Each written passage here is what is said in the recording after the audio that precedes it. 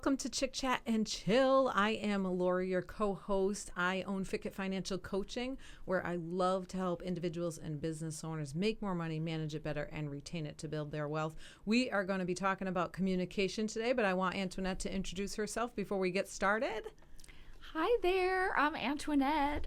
So I'm really excited. Today we're talking about communication. Anyone who knows me knows I talk a lot. And I recently realized that when I'm not in a room, it's much quieter. So I know the thing that surprises me, I think it's a topic a lot of people struggle with. And Laura and I both are really effective communicators. We don't have a problem. Or we think so, at least. We have high egos and no. But I think conversation comes easy to us, and I think a lot of people struggle with that, or they struggle with how to keep a conversation going.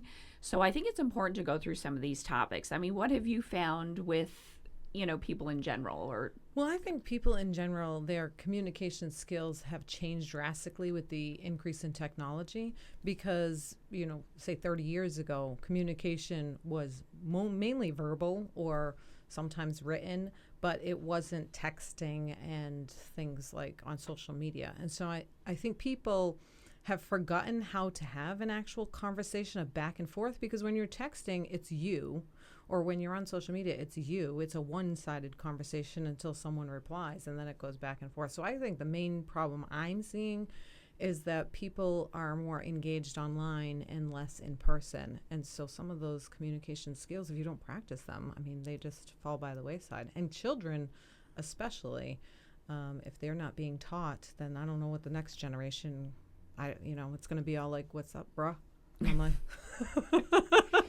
Well, I know for texting, I have a pet peeve. I don't know if you do, but my pet peeve is that small talk. When people just, you're in the middle of doing something important, they'll text you, "What's up?" Or it's basically the same exact. It's two variations of the text. What's up?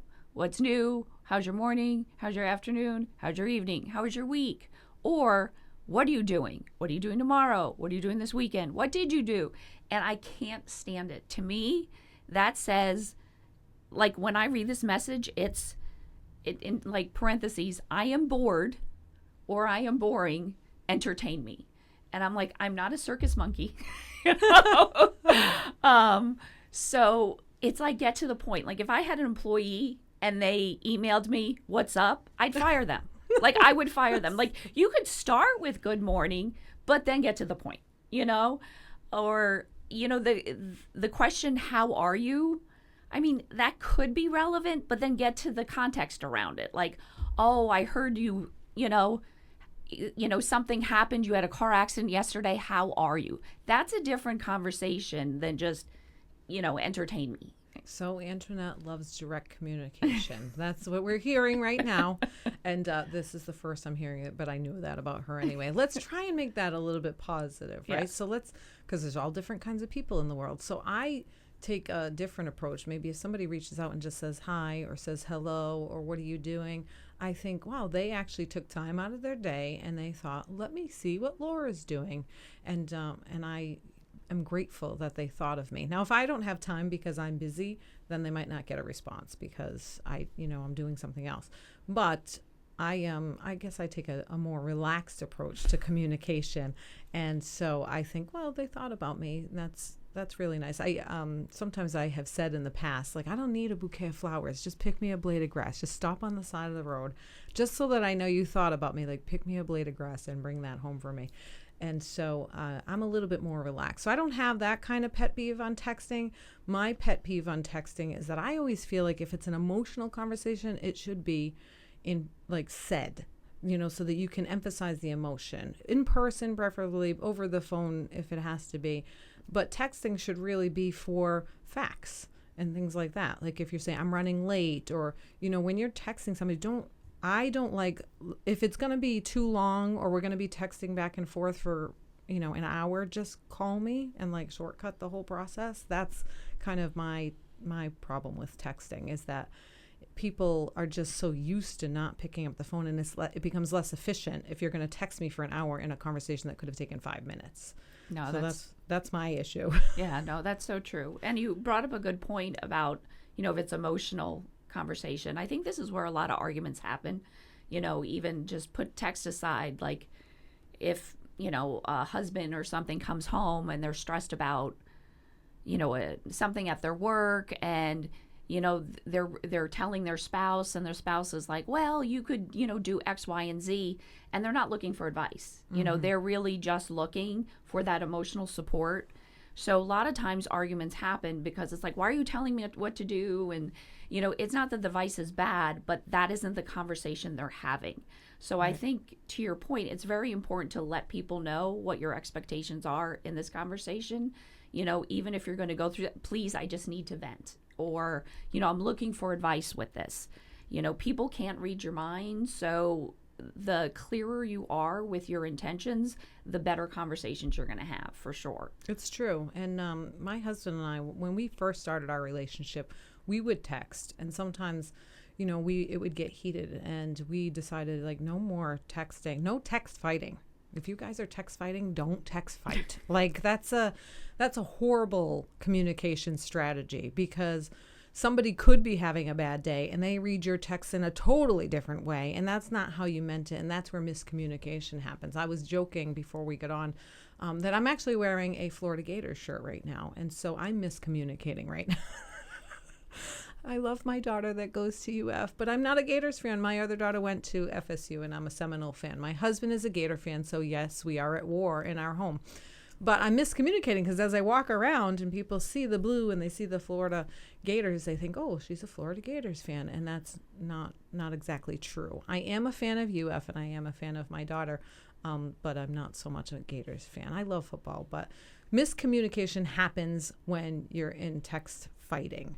And the main problem with fighting, if you've ever watched a rom-com, and for those of the guys that are listening, if you haven't, then I guess count yourself lucky. But in the rom-com, everybody's like screaming at the screen because they're like, it's just miscommunication. Just tell her how you feel. Just tell him how you feel. And all of that kind of stuff happens. And I feel like in text fighting, that's the problem. It spirals off the rails of the crazy train. And really, it's an emotional conversation that needs to happen with your voice in one way or another, either over the phone or in person. And so people, I think, aren't being taught those lessons that I learned, where factual things can be sent on in writing, and things that have feelings should be sent over, like phone calls or in person. I mean, I'm all Italian, so technically we grew up joking about you don't put anything in writing. But I think a lot of people hear a lot of the stuff they heard about conversations or what you need to do. Like, even, they say active listening, like look at the person and nod and think about, something good to retort with or something like that. And that's all garbage. I mean, if you're actually listening to a person, you don't need to come up with ways to show that you're actively listening to the person. I mean, for one, one of the things is thinking about, let's say, something to say next. That's the problem with most communication. Mm-hmm. People don't listen to understand, but they listen to reply. And if you're too busy thinking about what to say next, you're missing the point of the conversation. You need to stay current. You need to listen what they're saying. Half the time, you'll even see like interviews on TV where someone will say something, and then they're going off about a topic, and then the interviewer will come back with a question that it's not even related, or they covered it 5 minutes ago. Oh my gosh, that happens all the time. Or like, what was your name again? Clearly I just told you and you didn't listen. So that happens all the time. It does happen to me too sometimes. I'm distracted. Somebody tells me their name and I wasn't even thinking, or I wasn't listening. And I've always heard, like, you have 2 ears and 1 mouth, so you listen twice as much as you speak. But active listening, if you're actually engaged, you don't have to do any kind of strategy. You can show the person that you're actively listening. And if you're not actively listening to a person, we were talking about pet peeves. I don't like when you're trying to talk to somebody and they're like, oh, they look down at their phone, or they're like looking all over the room, or they're looking at the person that's walking by, or any of that kind of stuff. If you don't want to be in a conversation, just excuse yourself from the conversation and walk away, because you look kind of foolish, like a bobblehead all over the place. Come on, really? Either pay attention or don't pay attention, but that's not respectful of the other person's time. So say somebody tries to, I know, I'm going to pull it up before Antoinette does, hold you hostage in a conversation. She said she hates being held hostage in a conversation. I just, politely excuse myself in a nice way. They'll be talking about something and I don't have the time. I'm not going to look at my watch, look around. I'm not going to be rude. I'm just going to say, oh my gosh, that sounds like you're really passionate about what you're talking about, but I really need to be at another meeting in 10 minutes. So can we just put a pin in this, and you can totally tell me the next time I see you when I have more time, and walk away, because at least I'm being respectful of their time. They want to tell me the story. I don't have the time right now to hear it. And at another time, if I didn't want to hear it at all, hopefully they'll forget. They won't tell me. But I'm not going to be rude and be a bobblehead. I wish that was always something I could. I'm thinking of family functions where I know somebody that and it's literally we'll push that person on other family members, because it's always this conversation about nothing. They'll go on, and 2 hours later, I'm like, what's the point? You saved 20 cents by driving to 3 grocery stores, and it's like, oh, I saved 10 cents here, then I went down every aisle. So I think it's very important that if you have something to say, say it, have a point to it. Make sure it's just relevant to the person. A lot of times people end up in the weeds with stuff where they're telling a conversation. If I'm talking to Laura and we just met recently. So if I'm telling her a story of when I'm 10 years old and I'm like, oh, and what was that road I named out? Did I live on Lake Drive, or was it Summit Circle, or what was, she doesn't care. I usually would say that's irrelevant. Yeah. Just keep going. Yeah, but there are people that do that, and they get caught up with, what was this person's name, or just stick to the main facts. Keep it, keep it relevant. I mean, there was this saying that I heard, which I thought was hysterical, but it just said, keep it brief. A good conversation is like a mini skirt, short enough to retain interest, but long enough to cover the subject. Oh which I thought was hysterical. But right? Who wants to go to Antoinette's next family function? I'm in. Totally invite me. I want to be there and see this interaction. Yeah, but it's, and I think it's one of those things, I can easily, talk to anybody, but I think we should talk about some strategies of what makes a good conversationalist. Yes. So for me, ask open-ended questions is one thing. If you say something like, oh, did that make you angry? It's a yes or no question. It's better to go, how'd that make you feel? Right. Why? These are some strategies. And be interested in the answer, right? Oh. I mean, don't ask me a question that you don't want to know the answer to, because I will give you the answer, but be interested in the answer. Don't just ask questions to ask questions. So I think, let's talk about versus a personal conversation versus a business conversation, because those are two completely different things. When you're talking to business Laura, that's a different conversation than when you're talking to the mother Laura, or the wife Laura, or the sibling Laura. I don't think you want to talk to the sibling Antoinette. It sounds like that's a family problem over there. But so let's talk about in a personal setting, relationships, with the people that, whether it's family or spouse or children or things like that.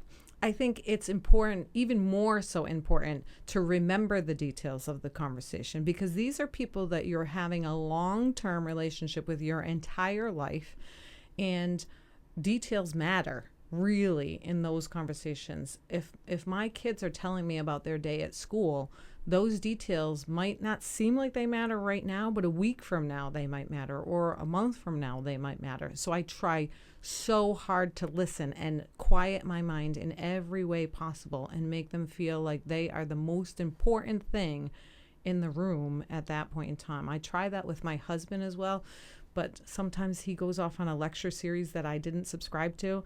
And so it's a little joke. I'm like, oh my gosh, I did not subscribe to this lecture series. Like, what's going on here? And I try really hard to focus because I know he's passionate about what he's saying. But I think in relationships that are long-term relationships, it's really, really important that you quiet your mind and focus on what they're saying, because whatever they're saying is important to them and they're sharing.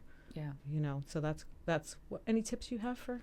Well, the other thing is, I think a lot of people, when they meet somebody, and if it's somebody that, whatever, they don't know very well, they don't think they're going to interact with them all too much, they don't really care to know that person. But if you look at people as, that everybody has some amazing fact about themselves or can teach you something, then you look at conversations a little differently.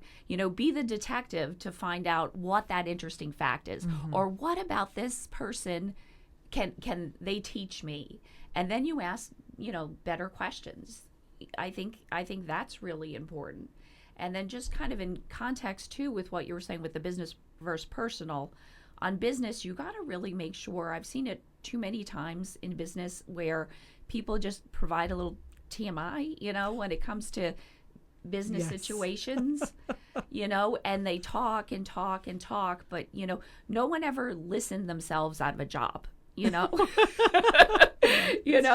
It's usually the other way around, and people just say things that are inappropriate or, are more for a private conversation. You got to remember when it's job to err on the side of being professional. For sure. I think because you don't know those people as well either. So you don't know their whole life story, whether they're recovering some sort of addiction or whether, they've had some childhood core memories that are not wonderful.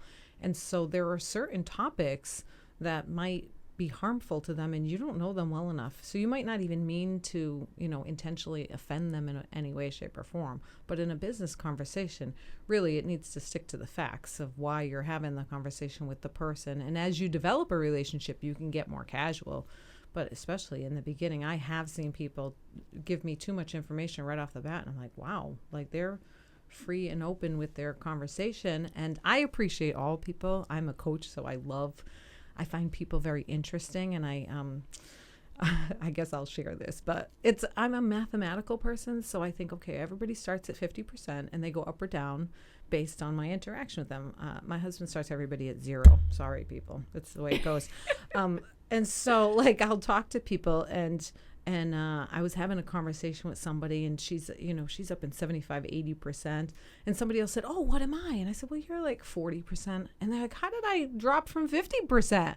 I said, well, we know each other in business, but there's some values that don't line up. We're not going to be going on vacation together. We're not going to be hanging out together.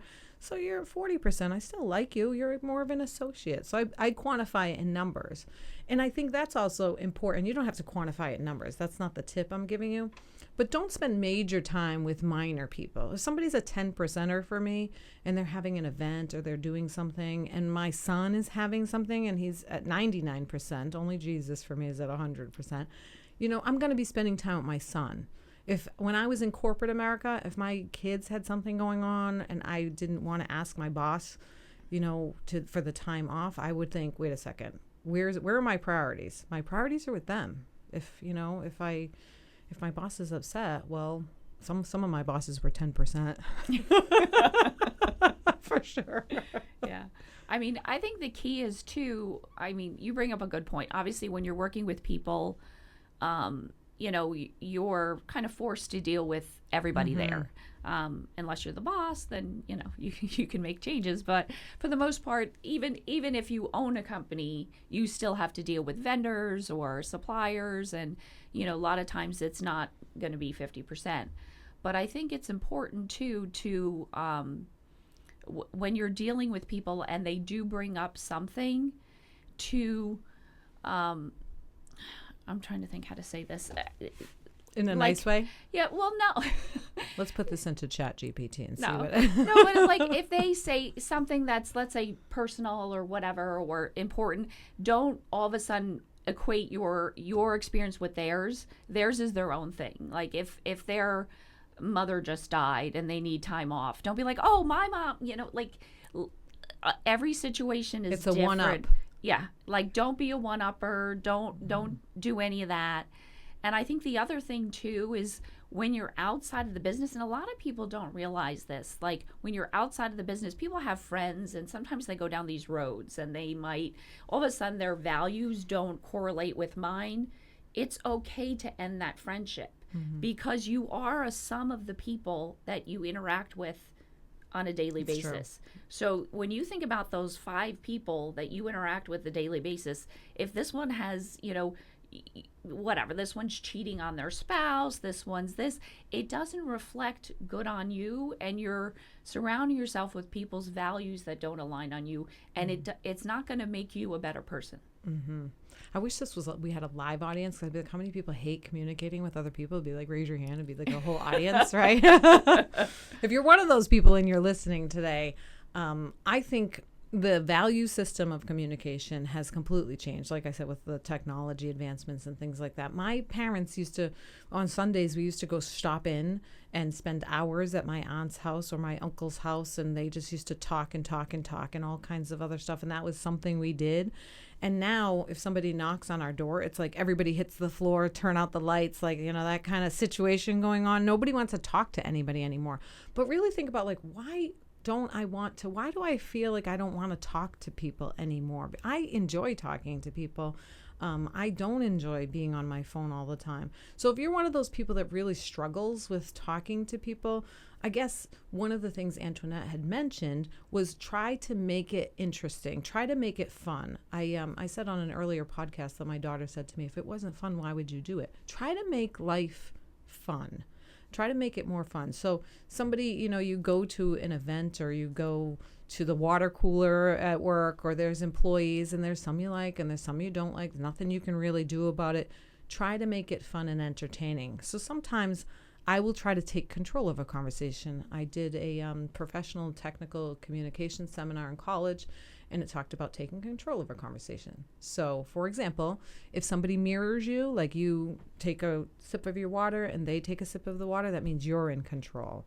If somebody starts blinking their eyes really fast, it means you've overloaded them with information. So try to take control of a conversation. Try to have fun with it, And I think then maybe you'll start to enjoy it. I think life can be a game.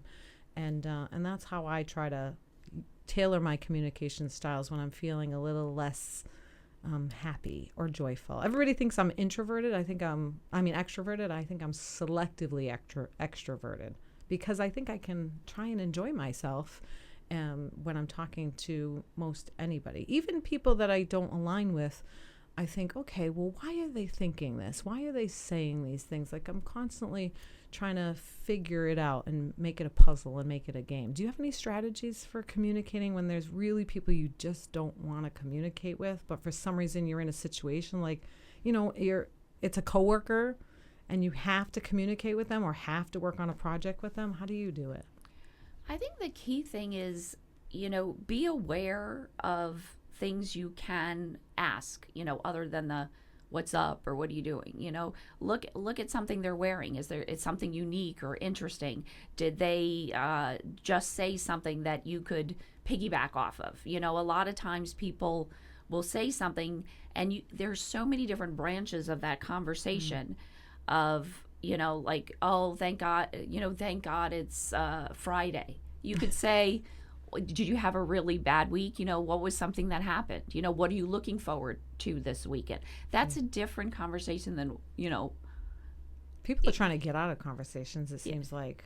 Yeah, I don't know. Like, I don't have a hard time, I guess, coming up with topics. And I think that's where people struggle with the most. And even if, let's say, you can't think of anything, go online and Google conversation topics. If there's somebody that you're let's say you don't know them at all, but you're interested in getting to know them, look up conversation topics and see things on there that, oh, wow, that would be a topic. And not just because, oh, it sounds like a good topic, but this is something I want to know about that person. Right. If there's someone you don't get along with, own up to that. I don't get along with them, so that's on me to create better conversations so we can get along. I try to stay 1,000 feet away from them at all times. That's No, but like I've had people that were very difficult to work with, and I would pray and pray and pray, and then finally, I originally started like pray for them to change, and then like that you can't really do that. So then I morphed it into pray what I can do differently to be an asset to them. And then things started progressing. And now these are some of my best friends. nice. So it's not that they were a bad person. It's that there was, a stoppage in our communication for whatever reason, and just own up that you're 50% of that reason. And if you change that, the relationship will change. So I'm not saying you have to be friends with everybody. Like I said before, Please don't.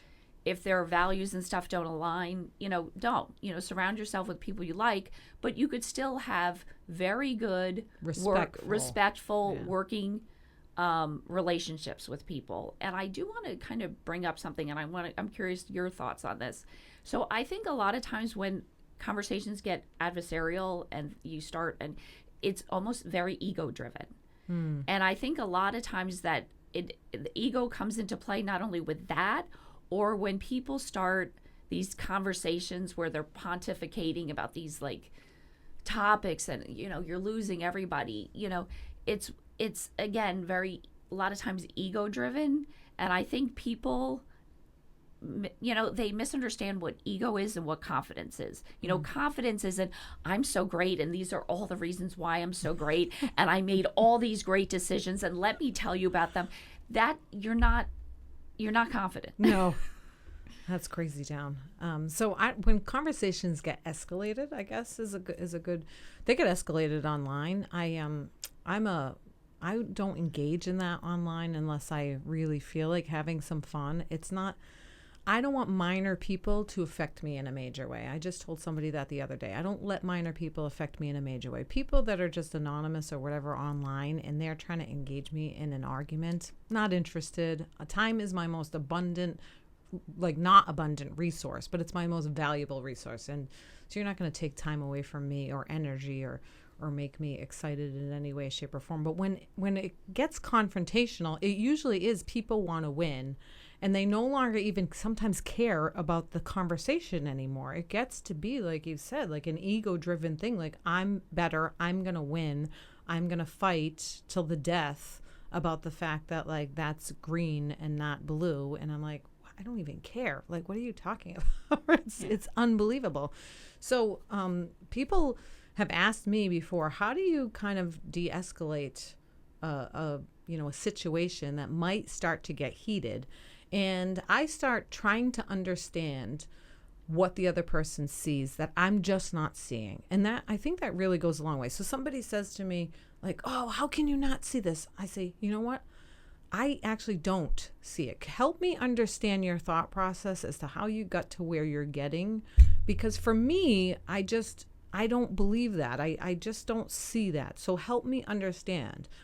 How did you get from A to B? And so then they'll start talking, and sometimes they'll start regurgitating the same information. And I'm like, I think we're going to have to agree to disagree, because I just don't see how you got to where you got to. I respect your opinion, but I just don't see it. And so I think the main problem with communication now is, though, that people are learning to only communicate in argumentative situations. They're only like learning the bad communication and not the good communication. I don't know where we lost it along the way, but I really think people need to start practicing more. And when you practice anything, you get better at it. Yeah. So we're practicing it less and less, and that's why we're getting worse and worse, I believe. Yeah. I don't think I'm the best at communicating. I think I'm okay at communicating, but it's because I really want to. I want to strive to communicate in a way that people understand me. Sometimes I'm told I'm a little too direct, but some people like that. Some people don't like that. It is what it is. But I'm trying to improve constantly, and I'm practicing. I think if you just sit at home and you type on a keyboard, then your skills aren't going to get any better. You have to go out. Think of everybody that you engage with, whether it's a supermarket or wherever. Think of them as practice subjects for you to practice the art of communication. You might actually enjoy it. If you have to communicate with people anyway, do you want to be happy or sad? I tell my kids that all the time. Would you rather be happy or sad? Well, I would rather be happy. So make it a happy situation instead of a stressful, anxiety-inducing, like, oh, I have to talk to Gloria or Susie or whoever again, and they just come to me with problems. Well, they must be excited about something. Like, say, wow, you seem like you had a really bad week. Like, what's something that you were excited about? Maybe they were excited about taking their dog to the dog park. Oh, what kind of dog do you have? Like, and then take them on a happy trail instead of like their negative Debbie Downer trail. Yeah. But I think communication needs to be practiced in order to be good. Yeah. And I think you hit on some key topics that I just want to emphasize a little bit more. First is when people don't do this, if you have a point that you're making, you see this a lot with I don't know, parents and kids or whatever, they'll just keep regurgitating that same point in different words. Don't do that. People hear you. If you made the point once, there's no point in just going on and on. It's okay.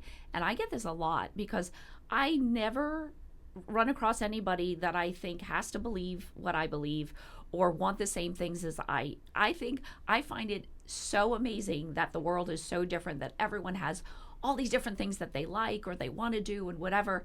And I find people get confrontational if all of a sudden, I'm not huge into traveling. I love my vacations as much as anybody, but the thought of just traveling every week of the year and going to, picking a dart and let's go to that doesn't have any interest to me. For some people, they love that. Oh my gosh, I think that would be amazing. Well, we are so different and we get along so well. I know, because I don't inflict my values on, not values, but my wants and desires with Laura's. We're actually very, very different people, but we are such good communicators and friends because we actually embrace each other's differences and find that fascinating. And I'd love to learn why she enjoys that or why I have a different view. And I think the other point that I think you made that I just want to also emphasize is, when things do get confrontational, another way is rather, I see a lot of people go, well, you said this, or stop. Just go, when you said this, that hurt my feelings. Yes. Internalize it, because then when you say they just get defensive. When you're talking about yourself and how it affected you and no one can argue with your feelings. They can't. I know, it's true. So that's a really easy way to diffuse a place and just give people the space they need to be themselves, and just understand that. And like I said, another good point you said is, talk to people. Again, if you struggle with conversations, don't sit there and do nothing and then wait till it's, the girl that you have a crush on and, practice with, just having easy conversations with people at the grocery store, this and this. And then you just get better at communicating. That's then it isn't such a stressful event when it is somebody important, whether personal or business. I think we have to wrap this up, and we're going to talk about next week. We're going to talk about budgeting, which I love. I learned from my mentor and friend Shelley Campbell that budgeting stands for baby, you deserve getting everything. It's a way to tell your money where to go rather than figure out where it went. So I'm really excited about that topic, and Antoinette's going to close us out. But the last point I want to make is effective communication in your marriage. My husband and I have struggled with it a long time, and one thing I have to always constantly remember when I'm angry, that I love him. I have to remember that. It's a conscious thought at that time. But I also have to remember that we're on the same team. Sometimes we're in a heated discussion where it feels like we're on opposing teams, and I have to get on the same team with him to solve the problem and hit the goal. And the goal is for us to work out the problem. It's not that he scores a point and I score a point, and because nobody wins in that situation. So if you get into arguments with someone you love, really one of you has to take a step back, or both of you, hopefully, and say, okay, wait, I love this person. What is my goal? My goal is for them to understand how I'm feeling and for us not to argue. Let's get on the same team. Let's get on the same page and figure this out together as teammates instead of opposing teams. And that goes a long way. But yeah, I don't suggest that you practice arguing with your spouse. I think that every time a topic of disagreement comes up, practice working through it so that you no longer argue, that you effectively communicate your problems, because you spend so much time with that person, you're bound to want to like put a pillow up.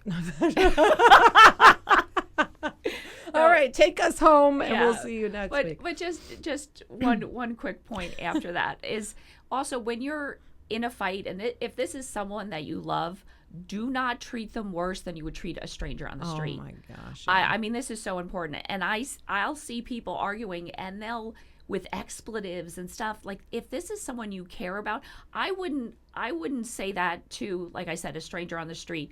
And I would never say that to someone I love or care about, and nor should you accept it in any relationship. It's true. You know, that's something that you really need to get out of or get help for immediately. So with that said, forget the arguing and never stop laughing.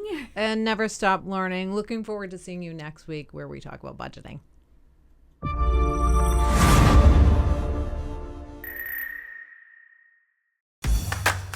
Buying your first home, or your fifth home, can seem daunting until you find just the right one. And once you've found the perfect place for the next chapter of your life, make sure it's a great investment with the right home inspector. Home Team works with homeowners and real estate agents to make the process quick and easy, but never sacrificing quality or completeness. At Home Team, our inspectors always work as a team, combining years of experience and areas of expertise for an unmatched home inspection process. We inform new home buyers without alarming them, so they can confidently move forward with their dream home purchase. And we help home buyers and agents close faster with less time to the inspection from the time it's ordered. Inspectors you can trust that are fast and accurate every time. That's the Home Team difference.